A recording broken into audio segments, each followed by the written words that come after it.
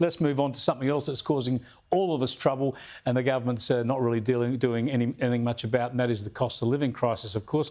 Here's the Federal Treasurer Jim Chalmers today. People shouldn't anticipate big new measures in the mid-year update next week, but obviously as we get closer to the budget in May, if there's more that we can do with it, which is consistent with our budget constraints and is right for the economic conditions at the time, then obviously, as we have always said, we're prepared to contemplate it. More than we can do, Caroline. He's always thinking about handouts and more big government. What he can do is curb government spending to relieve the inflationary pressure, cut back on immigration strongly to reduce that inflationary pressure, and also do something about energy to make it cheaper rather than more expensive. And Chris, if I can say the dirty P word, productivity, which no one wants to talk about because it's really hard and it's really uncomfortable. But the fact of the matter is, yes, inflation is heading in the right direction, although, you know, core inflation is still stubbornly above 5%. Everyone keeps quoting, you know, the headline number, but you know, for those, you know, more non-discretionary items, that is still sitting above 5% and it is still stubborn.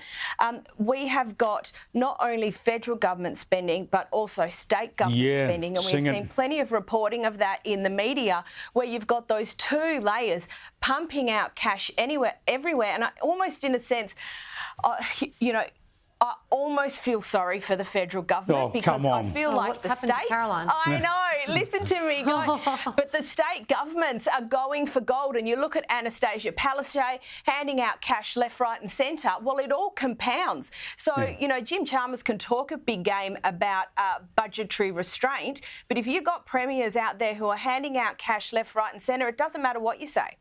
Yeah, look, the other factor, of course, as you say, is productivity. It's important. They're only going to make that worse with the big increases in union power. And when you think about the NDIS and what that's doing to the budget, but that's also funneling a lot of cash out to suppliers, undeservedly so, we find in many cases. So that's inflationary as well. And now we're reduced to having warnings from the government and others to the supermarket giants about not putting up prices too much in the lead up to Christmas, which is obviously going to be very, very tough for many families. 100%, Chris. I was talking to an employment lawyer last week about these pending changes that are maybe going to be passed, maybe delayed, and their observation was absolutely terrible for the economy. And on a practical level, I was talking to a friend back in Perth over the weekend who's the mum of a bunch of teenagers.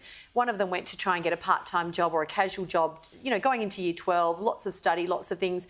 This kid was told they have to do a minimum of 15 hours a week. They have to have a cert something or other.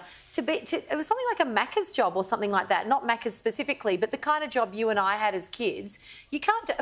A year 12 student can't do 15 hours set a week plus training. I mean, this is the idea of the federal government when it comes to, supporting the economy. They are dancing to the tune of the union movement, which represents less than 10% of the Australian workforce. Let's just remind our viewers of that tonight. This union movement, it's the tail, the tiny stub of a docked tail of a dog wagging the entire animal because of ideology.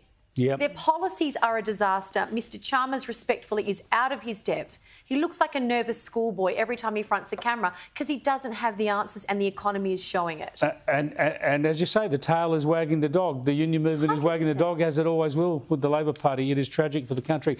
Thanks for joining us, Gemma and Caroline. Great to have you back on board.